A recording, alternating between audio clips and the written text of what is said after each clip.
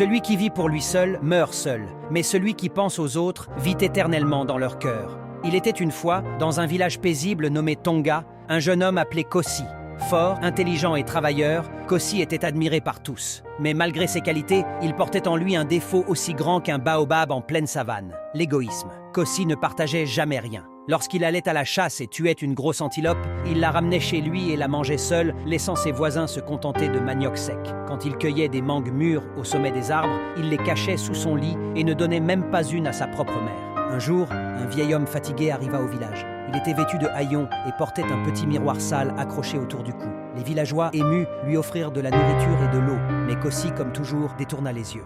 Le vieil homme s'arrêta devant lui et dit « Je vois dans tes yeux un cœur sec comme la saison sèche. Prends ce miroir et regarde bien. » Kosi rit, se moquant de l'homme, mais prit le miroir. Quand il regarda à l'intérieur, il ne vit pas son visage, mais une scène étrange. Lui-même, seul, vieux, affamé, malade, appelant à l'aide, et personne ne venant. Troublé, il secoua le miroir. L'image disparut.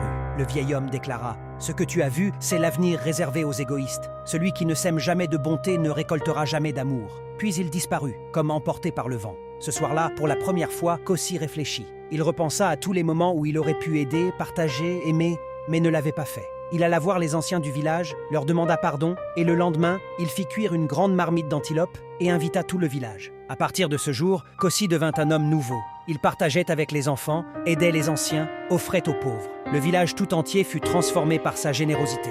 Et le miroir, il l'accrocha dans sa case, non pas pour se regarder, mais pour se souvenir. Ce qu'on garde pour soi se perd, ce qu'on donne aux autres vit pour toujours.